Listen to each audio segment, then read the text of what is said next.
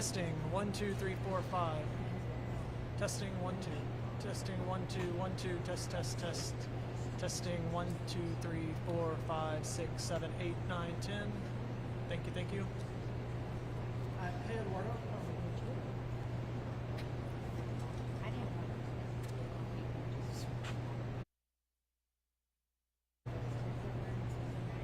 Testing 1 2 1 2 3 4 5. 1 2 3 4 5 6 7 8 9 10. That's as high as I can count. Just kidding. 1 2 1 2 1 2 1 2. Is that better? Sounds better? Great. Thank you.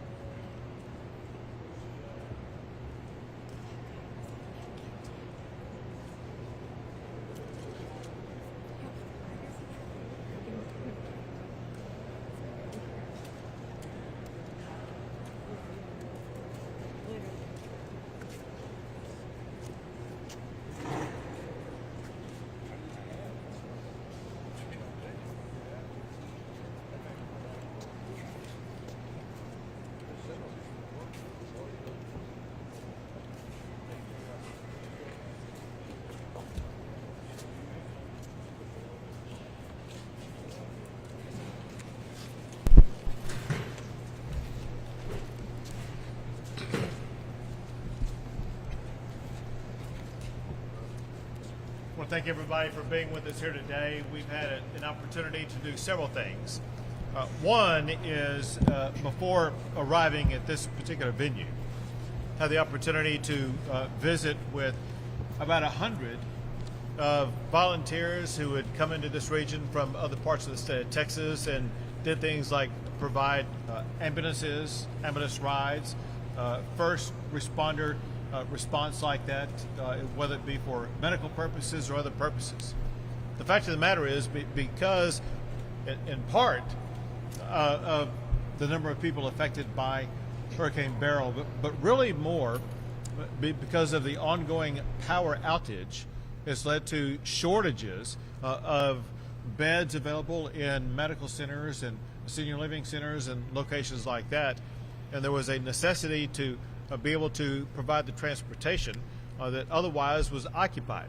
And candidly, we would, as a community and as a state, would not have been able to respond to the volume of people who needed to be transported without the assistance of volunteers who came in quite literally from Amarillo all the way down to the Rio Grande Valley.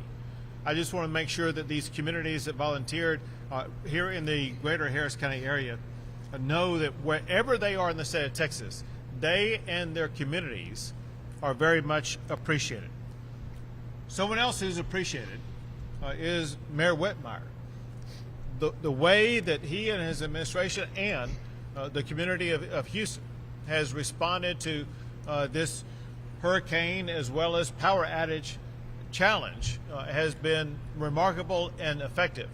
And as we were talking about earlier, there are several reasons that have buttressed the support to this event. One is collaboration. Collaboration among all of the local officials, but also collaboration at the state and local level. Using the words of Mayor Whitmire, every time Houston was about to have a severe problem, the state came to their aid. That was led in large part by Chief Nim Kidd, who is next to me, and the gratitude that I have for the job that Chief Nim Kidd has done cannot be articulated effectively. I think that the mayor as well as other local leaders agree with that. But to the point, the way they were able to partner together has led to a far more effective response.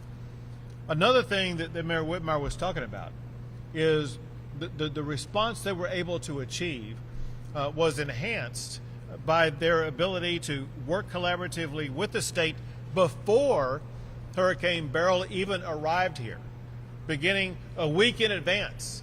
The collaborative effort, even though there was uncertainty about exactly where the storm was going to land, there was a certainty that we all needed to be prepared, not knowing where it may land. The point is this: whenever a tropical storm comes in or near the Gulf, all of us, state, local, and other entities, have a responsibility to get ready immediately. It is hurricane season in the state of Texas. That means that everybody who lives on or near the coast, whether you are an individual, whether you're a government, whether you are a power provider, everyone has a duty to be prepared to respond to wherever that storm lands. The point, going back that the mayor made, is that because they understood that imperative, Houston was ready to respond to that, especially working in collaboration with the state of Texas. Another thing that the mayor pointed out, which is something that actually we also did in the aftermath of the derecho, and that is power is down. That means more prolific efforts are needed by the state of Texas, by the Texas Department of Transportation, to make sure that there is going to be order at intersections in this community that otherwise has now been lost because of the lack of power. And so the mayor expresses gratitude, as do I, for everything that the Texas Department of Transportation has done to make sure that there's going to be control at our intersections that, for one, will instill order, make traffic flow better, but most importantly, to reduce the possibility of accidents and injuries in those areas. So as we gather today, our priorities remain the same as they do every single day, but before a storm hits, all the way through the conclusion of a storm. Job number one always is to protect lives. Now, at this point in the aftermath of a hurricane, you would think for the most part that protecting lives would be an issue that's already been resolved. And typically it is. This time is different. It's different because of the lack of power. The lack of power provided by CenterPoint continues to compromise lives here in the greater Houston-Harris County area. If you are without power in the extreme heat that we are facing, that alone can cause challenges. But also it reduces your access to food in your apartment or your house, water wherever you may live or wherever you may need it, ice and other things like that. So what Texas is focusing on doing is continuing our efforts to work with local officials and our local partners to ensure that we will provide ready-made meals for anybody who needs a ready-made meal. We will continue to provide water and ice for anybody or any community that needs ice. Another thing that is needed under these scenarios is shelter. If you're without power, many people will need shelter. The numbers provided in our meeting before now is that there are a lot of people impacted by this storm that actually were already in shelters in the aftermath of the derecho, who remain in shelters. There are about more than 40,000 people who were impacted by derecho that were already in shelters. The point I want to make is this. Because of the disaster declaration that was granted, that means that individual assistance is available. The individual assistance includes assistance for temporary housing needs. If anybody is without power or for whatever reason they may be facing, they need to have temporary shelter until power gets back up and running, until your apartment or your home gets in a situation that is habitable again. Just know that you have access now through FEMA for that temporary shelter. Another thing that is of paramount importance always in the aftermath of a storm, but especially because of the power outages, is to redouble our efforts to make sure that our communities are safe. And we as a state were able to partner with the city of Houston, with Harris County, with local jurisdictions to make sure that they would have the law enforcement presence that needed to be enhanced because of the lack of power during the course of this event. The state of Texas has stepped up and provided about 80 Texas Department of Public Safety officers, as well as brought in about 100 law enforcement officers from other jurisdictions across the state, with the state of Texas footing the bill for those additional officers to make sure that the streets of the greater Houston area will be as safe as possible during this event. Another thing that kind of correlates with why we are at this location today, and that is there are and remain public health-based issues as a consequence primarily because of the lack of power. Because of the lack of power, there are all kinds of complications at hospitals, at senior living facilities, at assisted living facilities, where there may be an inability to discharge a patient, an inability to take in another patient. And because of those complications, it was necessary to have what I will categorize as an overflow facility like what is happening right here at NRG. For one, we thank NRG for opening up the venue. But for another, I want to thank all of the professionals who were involved in setting up this operation to make sure that we would be able to accommodate anybody who needs access to a healthcare provider in this overflow facility because access was otherwise denied. We want to ensure that no one loses access to healthcare. Part of that process means ensuring also that the ambulances and transport facilities will be made available for those patients as they look to get to wherever they may need to go. Now, again, this is a collaborative effort by the state of Texas and by local authorities to make sure that all of the needs of local citizens and residents are fully met. The big problem that remains, the big problem that is the cause of most everything else I've talked about already, is the problem that CenterPoint has completely dropped the ball with regard to getting power back on. Now, yesterday, I laid out a series of directives by me to CenterPoint that they must get done and articulate to me exactly what they're going to do to meet my demands by July 31st. I will not go back over those today, but just suffice it to say that the clock is ticking for CenterPoint to step up and get the job done. I know they're still responding to the current storm. However, they're making a huge mistake if at this very same time they're not preparing answers to the questions I laid out yesterday, with the expectation that if they do not get that information to me, I will be prepared to swiftly issue an executive order establishing the guidelines that I think are most important to ensure that there will not be another disaster caused by lack of power in this region. And that will be an executive order on my part imposing on CenterPoint exactly the strategies that I think are going to be necessary to keep the power on. You will hear more about that here shortly, in part, but maybe some other things from the chair of the Public Utilities Commission, who will be speaking with us here today. The Public Utilities Commission is the agency in the state of Texas that has the oversight of companies like CenterPoint. That is pretty much all I wanted to cover. Let me just once again express gratitude to all of the volunteers I had the chance to visit with today, to the people at this table, to the people behind us, standing behind us here, for everything they're doing to work around the clock to ensure the most robust response to this hurricane and to the aftermath of the lack of power. The tip of the spear of responding to that has been the mayor of the city of Houston, and a person that I've known and worked with for literally decades, but who has stepped up in an exceptional way to provide leadership in response to this hurricane, to this challenge. And Mayor, thank you for your leadership. Thank you for everything you've done. Very proud of the effort that you provided.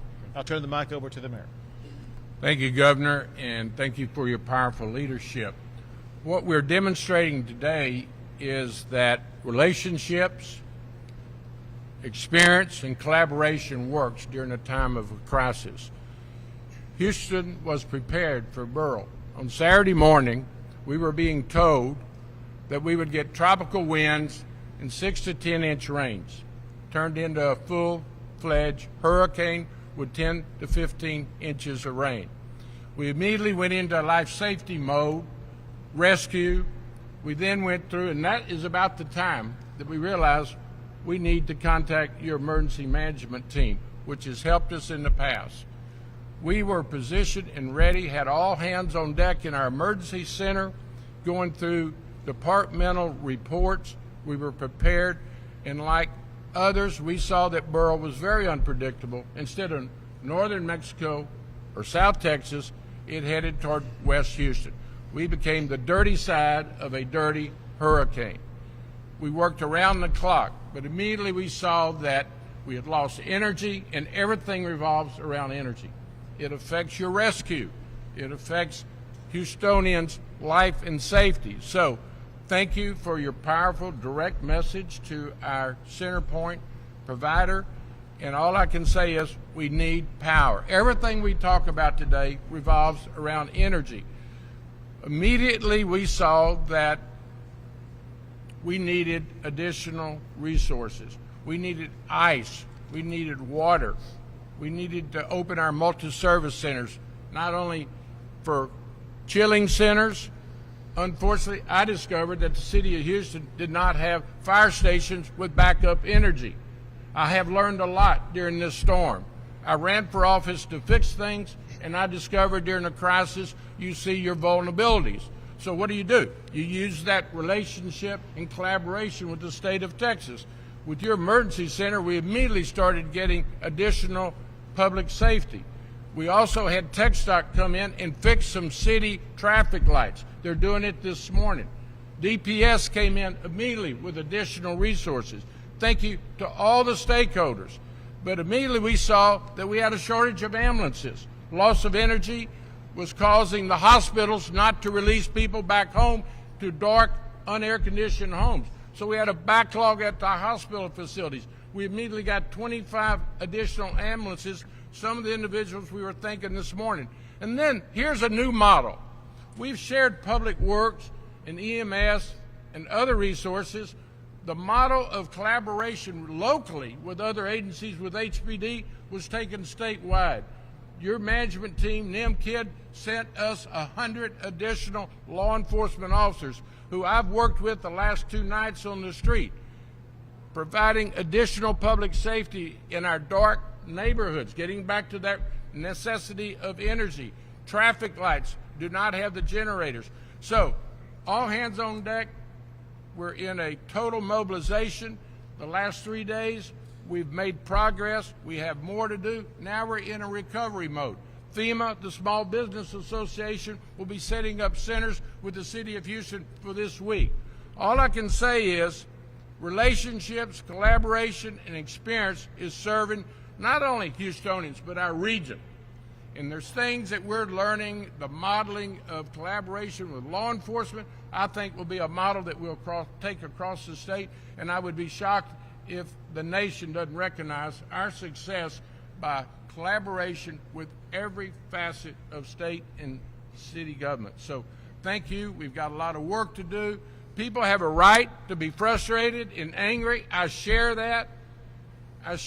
We've got to be prepared for tornadoes, hurricanes and tornadoes, turning immediately change directions. We've got to relocate resources near the community. I understand you don't want your linemen and others to get damaged during the hurricane center across in our community. And let me just close by saying this to Houstonians, anyone that can hear my voice, these linemen are our friends. Quit threatening linemen.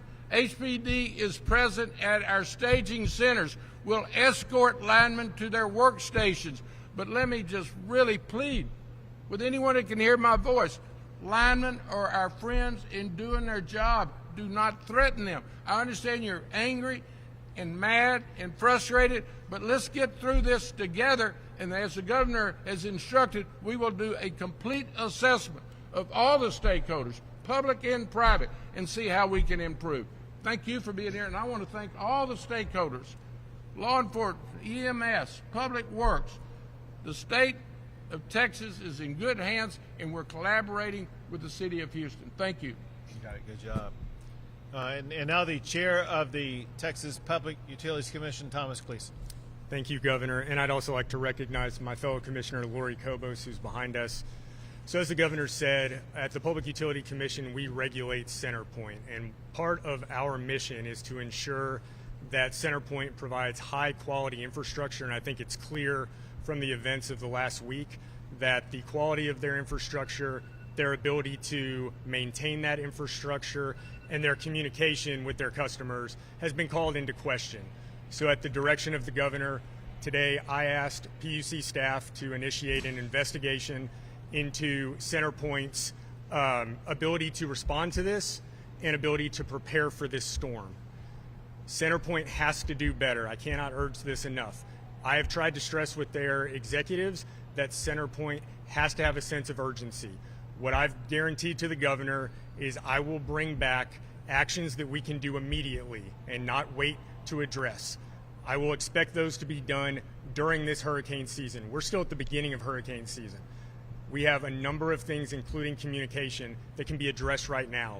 I've also committed that we will bring to the legislature and the Governor more long-term fixes to address these issues that will probably need statutory change. I have every confidence that any recommendation the PUC brings with regard to improving the quality of service at CenterPoint and honestly all transmission distribution companies will have broad support in the legislature and by the Governor. You know, when you do an investigation, sometimes you find out that it's people's fault and sometimes you find out it isn't. Honestly, it doesn't matter if it's CenterPoint's fault or not. It's their responsibility. When they decided to get into the public utility business, they entered a compact with their customers that they would provide high-quality service because utility service, electricity is important to every Texan and every Texas business. And as such, we will look comprehensively at all of their operations and bring a report back in December of this year prior to the legislative session with recommendations for how to mitigate the impact of these types of storms going forward and how we can ensure that this type of response will never happen again. And Governor, I want to thank you for the direction you provided to the PUC as far as where we should take this investigation. And we will be providing regular updates publicly at our open meetings and on our website and through our social media outlets so that this is done in public and is done transparently so everyone that's been affected by this can know exactly what we find. Very good. Thank you. And now, Chief of the Texas Division of Emergency Management, NIMKID. Thank you, Governor, and thank you, Mayor. Life safety continues to be our #1 priority. The strategy to protect life safety is the restoration of power. We continue to have truckloads of food, water, and ice available to support all of the jurisdictions that request it from anywhere in the impacted area. And Governor, I got to thank you for this team of men and women that are standing behind me, and the thousands of them that are across this impacted area that many of you will never see. They are working around the clock. Many of them are from the Houston-Harris County area. Their homes and their families have also been impacted by this power outage. And then we have those that have traveled from all over the state of Texas. I have to take a minute to recognize Dr. Jennifer Shuford, the Commissioner of Health from the Department of State Health Services. Dr. Shuford and her team have provided the EMS assets to help support this city, along with the rest of the teams, and then the community from National EMR, our nonprofit, non-governmental organization that's helping set up this medical shelter that's here. Also, as additional counties continue to be added for individual assistance, please help us share the telephone number and the website address so that all people impacted by this storm that are eligible for individual assistance register. As Governor said, we have about 40,000 Texans that are still in hotels and additional shelter right now from the last storm that came through. All of those that are impacted will have to re-register in accordance with FEMA rules. We have asked them to allow duplicate registration. They have said they cannot. So we need your help in getting that message out for those to re-register with FEMA.gov under disasterassistance.gov so that they too can become eligible for additional assistance. Thank you, Governor. Very good. Thank you. We'll be happy to take a few questions. Could I admonish Go ahead. or advise Houstonians with this heat, go to City Cooling Center, your libraries, your multi-service center. Multi-service centers will be distributing ice and water. Everyone's going to have to stay hydrated and get to a cooling center when you need additional ice and water. Very good. Go ahead. Okay, can I get you to speak louder?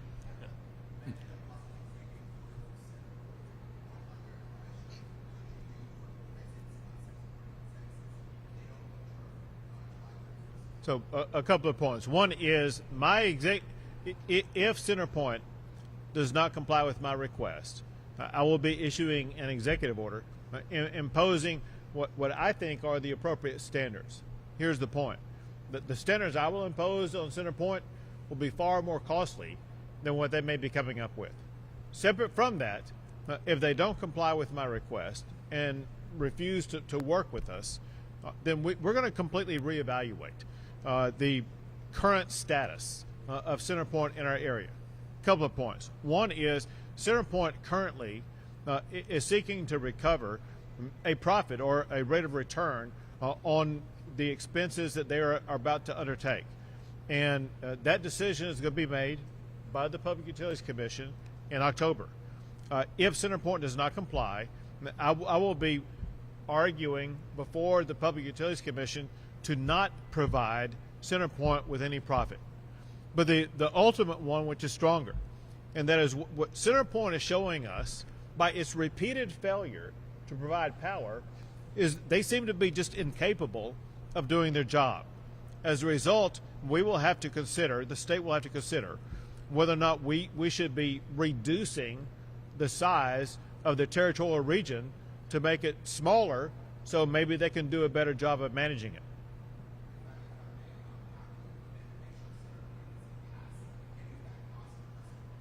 So on the passing of any of that cost to customers, the decision about authorizing that or not authorizing that actually is by the Public Utilities Commission.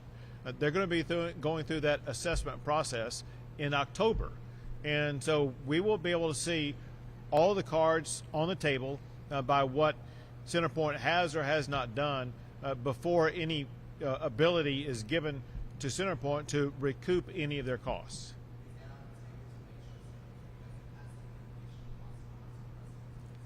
For me, it is. Yeah, Governor, if I could add. So CenterPoint has filed what's called a resiliency plan with the commission. That is their plan to harden their current infrastructure and make it more resilient to things like severe weather. Those plans are in front of us. As the governor said, we'll make a decision on whether or not to approve or deny that plan in October of this year. And then they also have a rate case before us where we get to determine whether or not they should be allowed to pass on those costs to their customers. So that deliberation will happen. We will make that decision in public sometime later this year or early next year.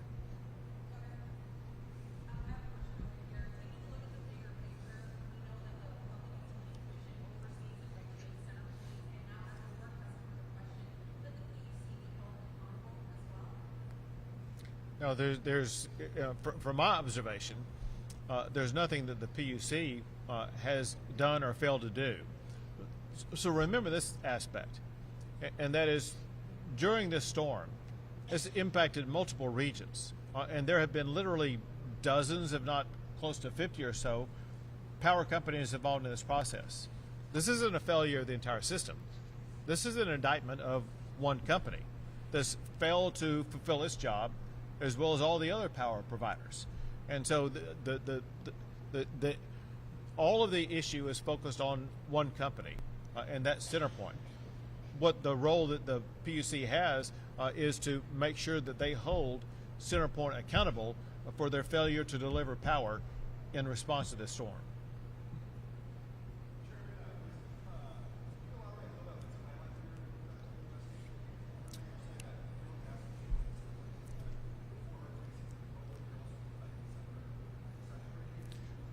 Sure. So take communication, for instance. We'll have recommendations around their communication, best practices for communicating in an emergency event that they failed to meet.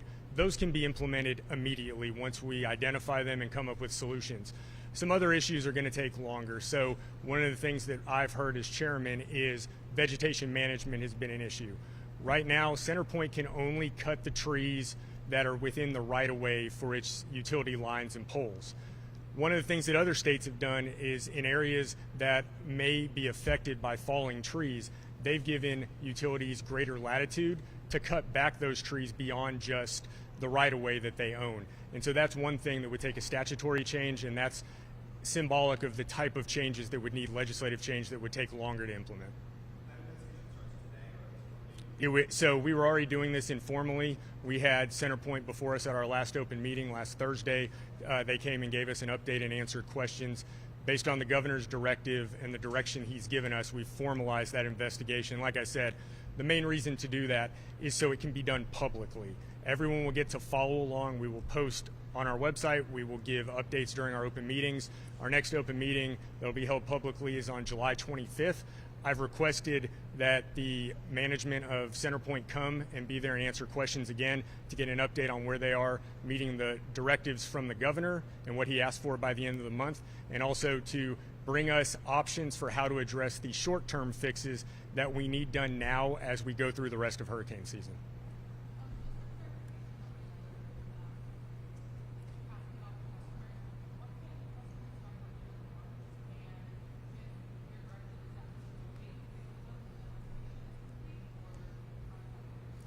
So this will have no impact on residential customers' bills at the end of the month. This will have nothing to do with that. No. As a result of this, they will not see any increase in their utility bills right now. Absolutely not.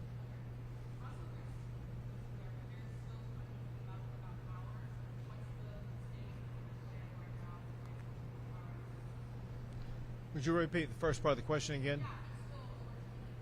Oh, right. All right, you probably So I was out embedded in the field this morning with CenterPoint. Their crews are still working. They are hopeful that they'll be down to about 5% out by the middle of this week, by Wednesday, and the goal is still to have 100% restoration to the homes and businesses that can actually receive power. They aren't so badly damaged that they can't even receive power by the end of the day on Friday.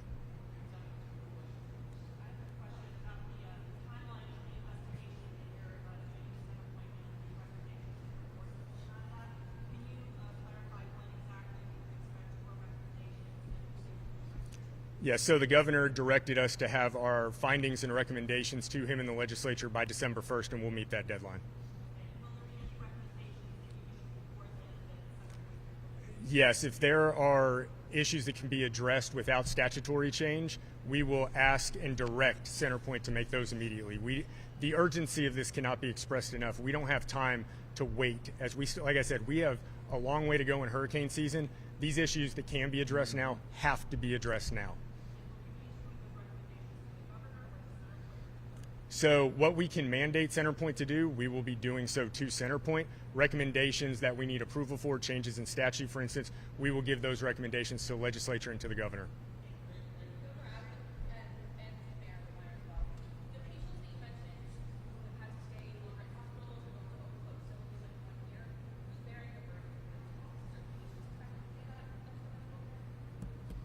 So any of the EMTF resources that we brought in and the facility that here will not be billing the patient. All right. Thank you. Thank you.